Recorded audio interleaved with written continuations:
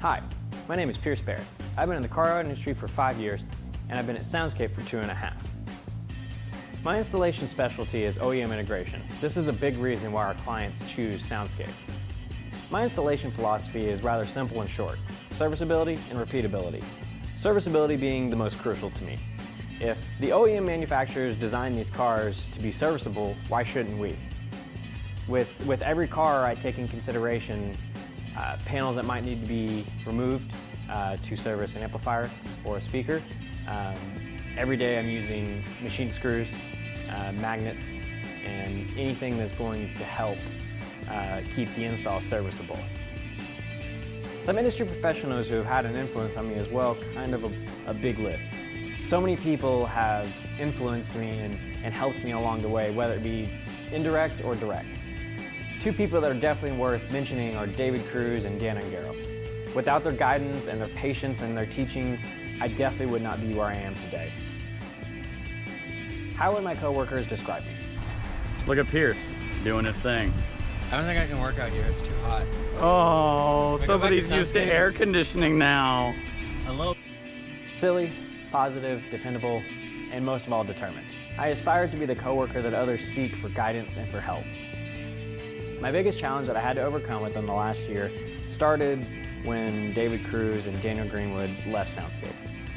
I had to step up and assume many jobs that they previously carried, and with me and Dan spread pretty thin between jobs, being that it's only the both of us, it's left a lot of stress to be carried between the two of us. It was at first very tough.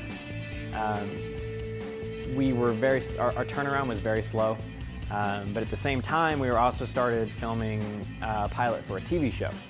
So on top of getting work done for our clients, we were also filming a TV show, which seems easy, but it sucked up a lot of the time that we had in the day.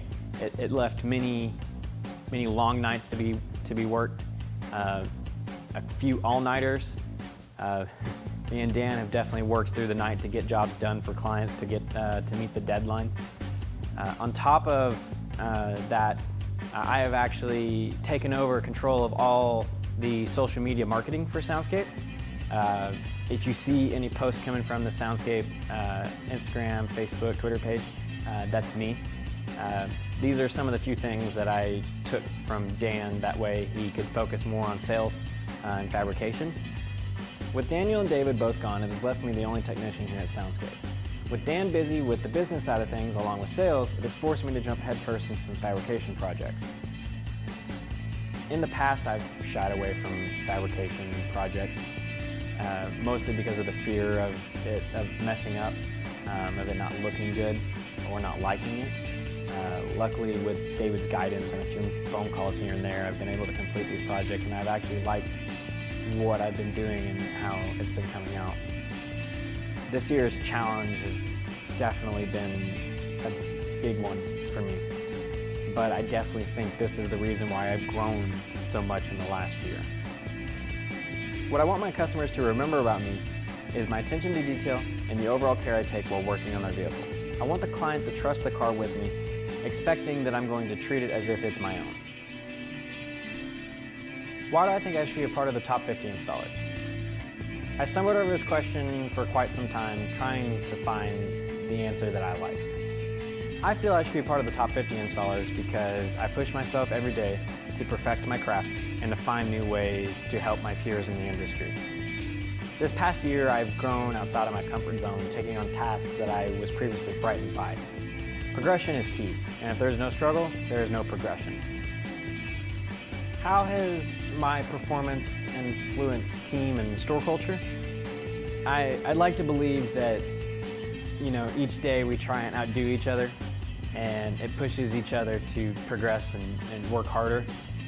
And I know in the past, me and Daniel used to have, little battles to see who could have the best and neatest amp rack. And I definitely think that as far as store culture, it's definitely made it a very friendly environment. It's nice working with your friends and coming in every day and being able to have a general conversation all day and having more than just a coworker. This is somebody that you can see as family and somebody that you can look and seek guidance from. So this is my workspace. I try to keep it very nice and neat throughout the day. Periodically, I'll go through and put up tools that are not needed or that I'm not using anymore. Part of Dan's sale process is having the clients walk through the installation bay. And the last thing I want is for them to walk in and see a very messy bench. I feel it's a direct representation of how I'm going to work on their vehicle. I try to keep it very nice and neat, the same way I work on their vehicle. So this is my favorite drawer of my workbench. A lot of those amp racks that everybody gets to see online that they like to comment about how much Tessa tape I use. This is where it starts. I like to keep all my heat shrink and everything neat and organized that way that I can expedite the process when doing it. I'm not very fast, but if there's anything I can do to make it go faster, I will. To me, my toolbox is about efficiency. Everything is neat and organized, that way I can quickly grab a tool if need be. To me, it's not about having the biggest, nicest toolbox with the most expensive tools. It's about having the right tool to get the job done correctly.